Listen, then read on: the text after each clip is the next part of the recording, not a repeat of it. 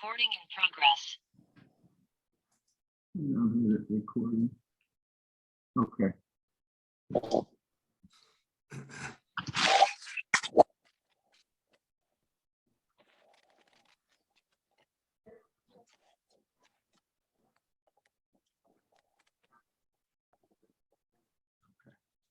All right, Boker Tov. Today's daf is the last daf in Yebmot daf Kuf Chaf Beis. We're learning for a four shlema for Yosef Asriel ben Chaim Michal and Elazar ben Reuma. A little bit of a problem with the Zoom, so if you can't see me, just bear with us. We're holding on daf Kuf Chaf Beis Amar Aleph on the Mishnah down Amar Rabbi Akiva. About it's the second Mishnah, about halfway down on the page. Amar Akiva Shiradik min Adol Abra Shana. Rabbi Akiva says, when I went down to Nardah, that means he left Eretz Yisrael because the Romans did not allow them to intercalate the year as to add an extra month in Eretz Yisrael. So he went down to Nardah to intercalate the year, to add an extra month. But basically, I found this person, Nehemiah from that place, basically, Amar Ali, and he said to me, Shamati she'ein masiyan es ha'isha be'Eretz Yisrael al pi eid echad. I heard that in Eretz Yisrael, they don't allow a woman to get remarried based on the testimony of only one witness who saw her husband dead. Ella Yehuda ben Bava. The only one that allowed it was Yehuda ben Bava. He was the only one. And I said to him, this is Rabbi Akiva speaking in first person. I told him, that's so. The only one that allows it in Eretz Yisrael is Yehuda ben Bava. Everybody else, all the other rabbis required two witnesses. Amar Li, so this fellow Nehemiah said, Amar Lahem, please tell them back in Eretz Yisrael, Mishmi, in my name. I'm one of the Chashva people in Bavel. You know that this country is ridden with troops, the Gaisos. So I have a tradition from a Maglio Hazakim, the elder. You can marry off a woman based on the testimony of one witness who said that her husband died. When I came back to Eretz Yisrael and I told this over to Rabbi Gamliel from Yavne, meaning Rabbi Gamliel, the grandson of Rav Meir Shapiro, Samach Lidvara, he was very happy to hear my words. We have found a colleague, another opinion who agrees with Rabbi Yehuda ben Bava. Because of this, when he discussed this, Niskar Rav Meir says, yes, now I remember. When many people were killed in Tel Arza, the Haser Rav Meir Hazakin, and the Mishnah says Rav Meir Hazakin, meaning you remember now that his grandfather allowed the women to get remarried al pi eid echad based on testimony of one witness. And then they established that they would marry off a woman who was a married woman based on the testimony, even hearsay witnesses, even from a slave, and from a woman, even from a slave woman, meaning that we were very lenient. They established it was very lenient because we don't want to be an iguna. They established that rule not only in aid, but even in not only one kosher witness, but even a non-kosher witness like a hearsay or a woman or a slave woman. Disagreed. They say no. You don't marry off a woman based on the testimony of one witness. They don't even agree. They disagreed. Rav Shapiro said, no, you need two witnesses, two kosher witnesses. Even one kosher witness is not good, even though it was later established, as we see, that you could accept anybody. Rabbi Akiva agreed that one witness is okay. In other words, what was the whole discussion? The discussion was, can you marry off a woman based on testimony of even one aid? And that Rabbi Meir Zaken apparently had said that. And so did Yehuda ben Bava. The other rabbis disagreed. Rabbi Yeshua and Rabbi Lezer said, no, you need two kosher witnesses. Whereas Yehuda ben Bava and Rabbi said, you need one witness. And Rabbi Akiva apparently agreed with that. He says, but you can't use anyone who's not a kosher witness. He has to be at least one kosher witness. However, we saw that after Rabbi Akiva came back and he told her sister Gamliel remembered that his grandfather had married them off based on testimony of one witness. It said that they established that anybody would be accepted, even if it's not a kosher witness, even a woman or hearsay or ADPA. Says the Gemara, Rabbi Akiva says at the end of the Mishnah, you need at least one kosher witness. That's apparently what from Leo Zakain and Yudah ben Baba had said before they established that anybody would be accepted. So the Gemara says, a woman is no good, but time a woman is believed to bring her get, her own get, even though she's not tested, she just can't testify about herself. But if she's bringing a get, maybe get Bina Sayam, and normally you need two witnesses to come and say it, a woman can bring her own get Mikal V'chomer. How? Uma Noshim, Marach Noshim, listen to Mikal V'chomer, Semach Mesham Chacham, Ein Amonis Lomer Meis Ba'ala. The five women that we had before who were not believed to say that this woman's husband died, like example, her mother-in-law, sister-in-law, or co-wife, they're believed to bring the get for this woman, even though they're not normally believed. What's the difference? The Gemara says, Ma bein get then a monos hazeh. The difference is that a get, you have something in writing. She didn't just forge it. It wouldn't be simple to forge a get, right? So she has something in writing. Her own testimony about the woman's husband being dead would not be believed because we're afraid that she means it to ruin her. But she brings a get, she's believed. So amount of women who aren't believed to testify that this woman's husband is dead, they're believed to bring the get. Zushan Marslam Beisbala, women who are believed to say that your husband's dead, and addition Maslavi get the certainly the get. So what do you see though? That the old Nashim are believed to say that your husband's dead. Nashim Shamar Chacham Hulamami. Only the five women are not believed. Isha Bi'alma Mem is believed. So you see, Rav Kiva holds that a woman is believed to testimony. In our mission, we said only a kosher witness. You don't need two, says Rav Kiva. Yes, I saw from Yudah ben Bava and from Leo Zakin, one's good enough, but you need a kosher witness. Here it's mashma, even a non-kosher witness like a woman is believed. Originally, they only said, they said one kosher witness is enough. You don't need two. Later on, they said anybody is kosher, even a non-kosher witness. Amalo, they told him, when they discussed this with him, and they said, listen, you say that you have to be a kosher witness, but when they had this discussion before, they said, listen, there was a story with Bnei Levi, the sons of Levi, they went to that city, a city of palm trees.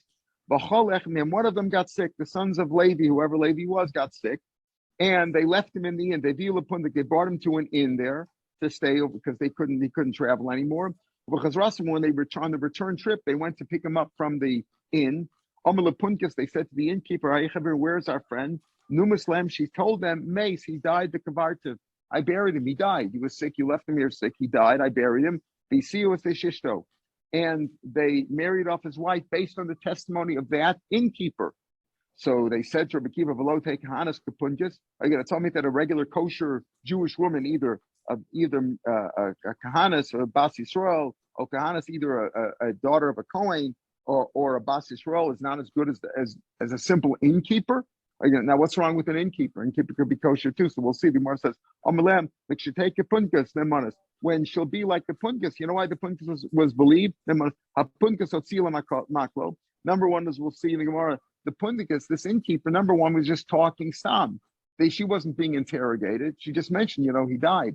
She sort of said it on his own. And she brought out his staff, his stick, his cane, the Tamil in his bag, the Sefer Torah Shabbat. She brought proof that he was dead. It wasn't simply saying, "Oh, I heard he's dead. I'm testifying that he's dead." So when you'll be like that, yes, a woman is believed in that case too. Meaning when it's like this. So they said the story with Bnei Levi is not a valid story because there the woman was believed because she had some evidence to the fact, and she was Masich Lipi Tumo. She was just speaking in general, as we'll see now. My Griusa says the Gemara on the days Lepunkis. What's wrong with Pundikus? He said, well, she shouldn't be as bad as a Pundikis. Is it so bad that should a regular Jewish woman be any worse than a Pundikis? What's wrong with a Pundikis? Like you're speaking of her so derogatorily that a Jewish woman should be at least as good as an innkeeper. What's wrong with an innkeeper? That's her job. My Greece, what's wrong with the Pundikus? So she was a shiksa. She wasn't Jewish. And she was just speaking incidentally. She was talking matter-of-factly. She wasn't being interrogated. That's number one. She was speaking matter-of-factly, just talking, and she had proof. She said, here's a stick, here's his bag, it's possible that she hastened his death. We don't know what happened, but the fact that she had proof that he wasn't here anymore, it's not important as far as his wife is concerned in terms of getting remarried. It's not important if he died from the sickness or she hastened his death, but either way, she had proof. So she was not Jewish.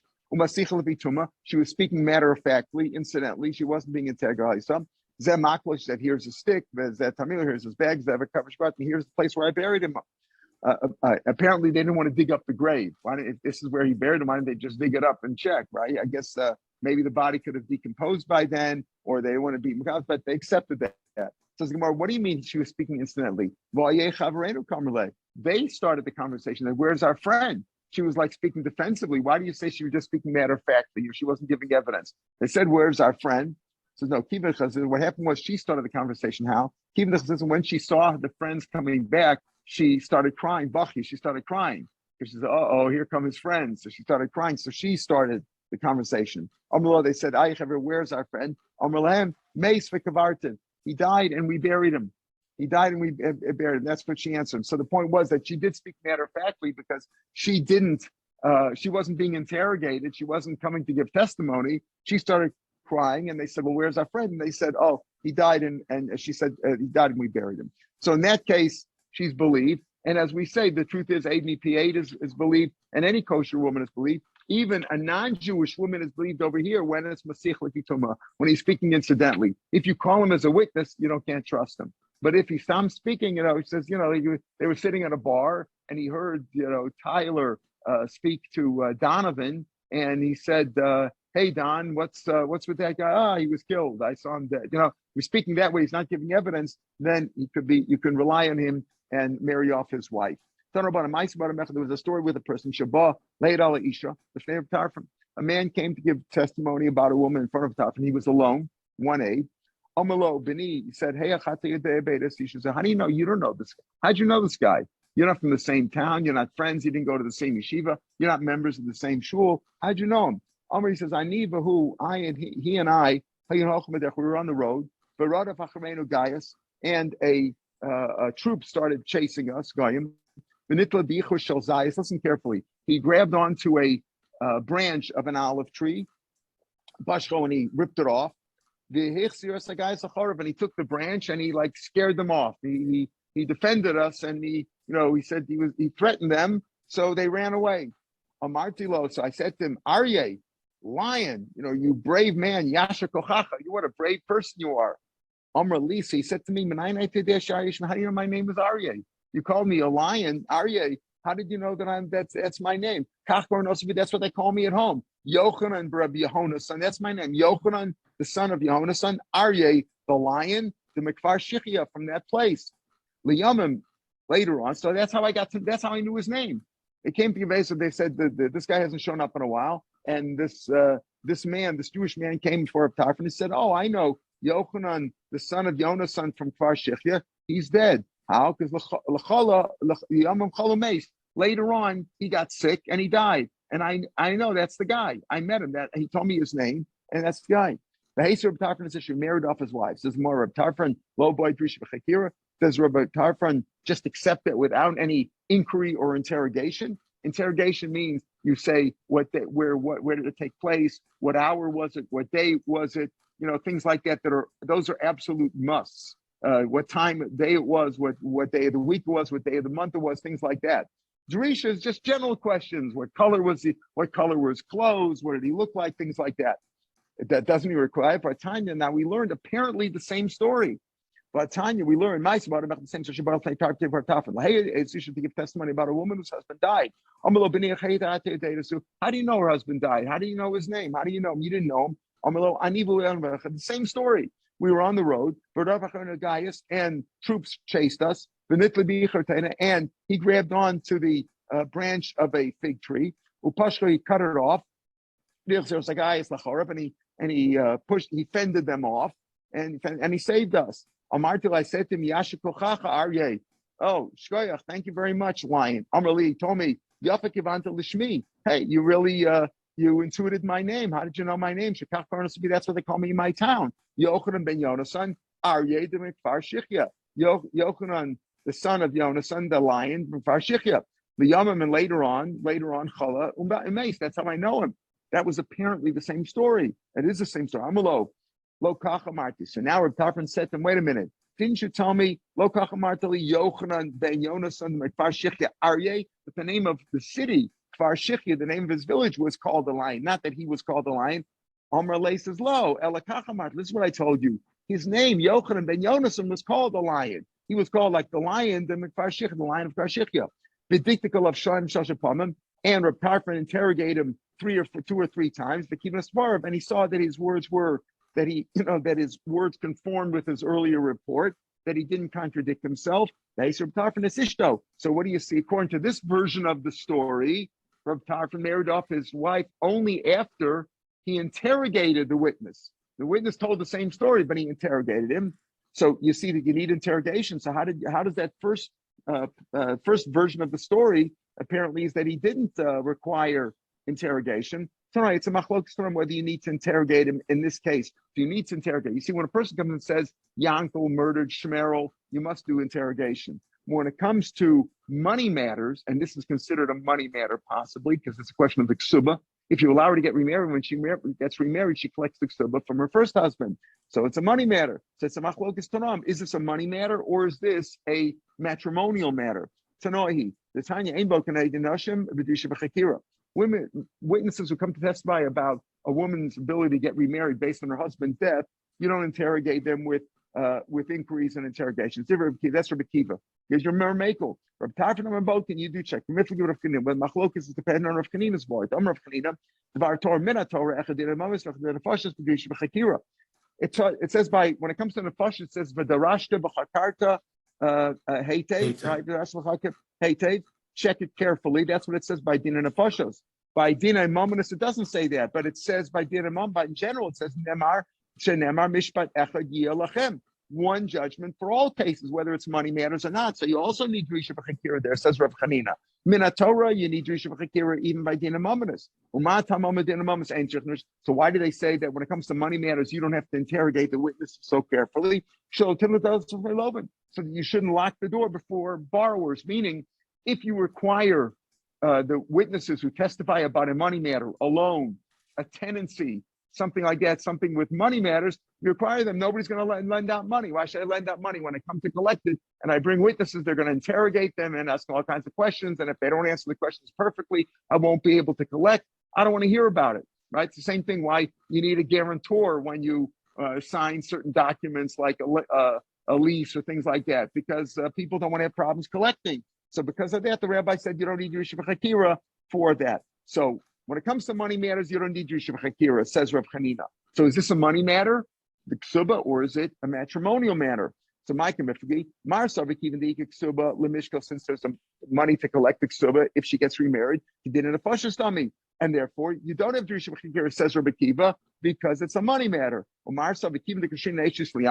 If a married woman marries somebody, lives with somebody she's not supposed to, it's a matrimonial matter. It's a life and death issue. It comes to life and death issues, capital case, you have to have Drisha B'Chakira. Therefore, you do need Drisha B'Chakira. Given the Kasher Sheshes the Alba, he didn't have Fashas Dami. Just one point in the story, though, besides the Drisha B'Chakira in the second version of the story, what other difference do you see in that version of the story besides the difference of the Drisha B'Chakira? When he told the story, listen carefully. The first version of the story, this Aryeh fella who fended him off, he grabbed onto an olive branch. In the second version of the story, he grabbed onto a fig branch. Yet we don't say there were two different stories, right? Or that the guy's lying. He accepted the witness. The answer is that it wasn't, that's not a hakira, what time it was, what day it was, what city it was, where did it take place. Those things you can't fool around with. But as you know, when it comes to witnesses, was he wearing a white shirt or was it a beige shirt? People make a mistake about those kind of things, right? Like, does the glove fit? These things don't always work, right? What color were his shoes? What color was it? People, you ask 10 different people a story about what did he look like, or get different versions. So here, was it a fig tree? Was it an olive tree? Apparently, Reb Tarfon did not say, well, your testimony is not, does not jive with what you said before. You're making a mistake here. I could have been a fig tree, could have been an olive tree. As you see two different versions here, and the Gemara doesn't make any note of the fact that, well, the story doesn't, the first version does not match the second version. Okay, so that's the story. So so you see Reb Tarfon accepted the testimony of one witness. But we saw, so one witness or any witnesses are good, as we say at the end, even a slave woman, even ABPA, But a non-Jew is only believed if it's Masich L'Pitumah, if they're not coming to give testimony. If they're coming to give testimony, then we don't trust them. Famous memra that's written 5 times in Shas. It says the name of Chanina. Bring peace to the world. All your children will be learned of God. Rav Shalom B'noyach, and much peace will be to your children. The Gemara ends off in Brachas, where it's there's 4 other places where it says this in Shas, the end of Brachas, the end of Krisis, and the end of Nazir, and in Talmud it's the end of the 4th parak. It's not the end of the Masechet, but it says over there in Brachas, Al Tukamanayach Ela Bonoyach. Don't say your children are those who build. Those who build Torah will have peace. We'll have peace. The Chassam Sofer says over here like this. He says, you know what? What is this idea? You know, usually when we finish this memra, we've learned it several times, right? So we always get the jokes about what do you mean the Mar B'Shalom? Is that a joke in Mar B'Shalom Ba'olam, or what do you need a pasuk for? Some stuff is an interesting thing. God created the world with all kinds of characteristics. People have these characteristics. People have shame. People have some chutzpah. People have arrogance. People have modesty. People have peace. People have in ourselves we have an instinct to be peaceful, to make peace with people. I understand sometimes we have an instinct to argue with people. We all have these characteristics to various degrees, right? Some people get angry easily. Some people fight more easily. Some people have more chutzpah, some people have more shame, some people are more arrogant. Almost everybody has these characteristics to some degree. So how are the Talmidei Chacham Marm Shalom? Because Talmidei Chacham sit and learn, and we ask questions to one another, and we fight with one another. When Talmidei Chacham learn, they use whatever characteristics they have, whatever instinct they have to fight and argue and disagree, use that for learning, to come out with the Torah's emes, to come out with the trithing. So when we put our inclination to fight and argue, when you use it for Torah, so you won't fight and argue when it comes to other issues. That's how the Marvin Shalom Olam. If you don't use it for Torah, if you don't use your inclination to fight and argue and disagree for Torah, you'll do it at home or at work or other places or at shul or places where you shouldn't use it. So that's a nice way to understand this idea of Talmidei Chacham Marvin Shalom Olam, because by everybody fights, everybody disagrees. We all do that. Use it for Torah. Don't use it for other things.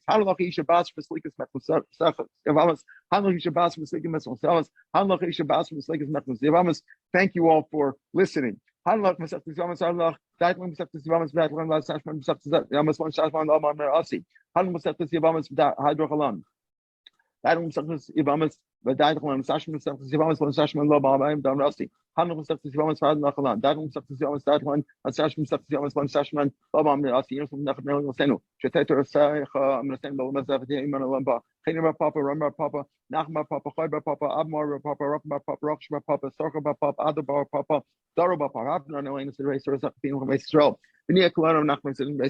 Yere Shmech Lem Secha, Ve'avich against Secha Kilon He leaving so Kecha Laman Ovesh. All Mashkach Bidach from Christian, Brachas and Pekecha, Amanam and Solvad. One was Nachanel Yosenu. Shanto can be actually basement of Santo can be actually Konashan, Mashkim Hamish, Manishkam, the Vitarbish come there on Taum. Unwam Haman, Unwam comes Scarf, Haman, and comes Scarf. Unrots and Hamrots and Unrots and Shach Shamar. The Hamrots the Beshachas, Unrots and Khan Bob, Shinema Bato, him Tarum Shachas, Ashir Miriam, and many of your walk. Gershom Nachnel, I changes the time sign, Septus Yevmot, came to us and asked himself to farm back him, Simon, Lil Malabad. This was the kind of the Rabbi Ava, the Fusko from Ram, Temnacham Yamali Lazari, so Thomas Ator Miti, Miti Zari, the Zerazari at Olam, the Sky Bibes Alecha Tan Fasach, Shafar Fish Malach, Selfi, Kivi, Machab, Kivi, where you Machab is Chaim, Rahman Minam College of Chabad, and no other way you can know Ibrahim Shalom. Let's just start the Mishnah. We'll see it again tomorrow. We're going to start the Mishnah Ksubis. We go Michael Ochayo. So the Mishnah says the beginning Ksubis Basul and Isli Ravi. If you marry a virgin, the ksuba of which is $200 at minimum, 200 whatever shkalim, usually they get married on Yom Ravi. What does it mean Yom Ravi? On Wednesday evening. On Wednesday. Almana Yom Chamishi. We'll see why later on. Almana gets married on Thursday. Why? Shapamayim Shabbos Batin Yosh from the Iros. Bezdin sits, according to the Khan of Ezra, he made 10 claims. The Khan, one of them was that Bezdin should hold court on Mondays and Thursdays. So if on Mondays and Thursdays. If the man says, listen, I married this woman, she claimed she was a virgin, said on the invitation, and it turned out she was not. So the next morning, he would come to court right away to Tanis Psum. He had a claim. They would get early the next morning, Thursday morning, he would go to court. What's the idea here? In those days, we always said they used to get engaged months before, many months before. That was Erison. At that point, she was considered Eishes Ish. If she was Mizana, she would be Chayav Skila. An Arus is Chayav Skila, an Eishes Ish is Chayav Chenek, which is Chayav death. So what happened was, we were afraid that if he says psula, she's not a psula, maybe she committed adultery. It's a capital case here. It's not simply, so therefore, if he marries her on Wednesday and he sees that what we call Pesach Pasuach, that she wasn't a virgin, he will get up right away while he's still angry and go to court the next day. If you have to wait a few days, he might cool off and leave it aside. And here it's a question of was she Mizana? So you come to court the next day. So if that's the case, why don't you go have weddings on Sunday also? Because court's on Monday and Thursday, right? So why do you say get married on Wednesday? The Gemara will deal with all these questions as we get into our message. Have a good day, everybody. Kol Tov. Mazel tov. Beautiful. Mazel tov. Mazel tov. Mazel tov. Mazel tov.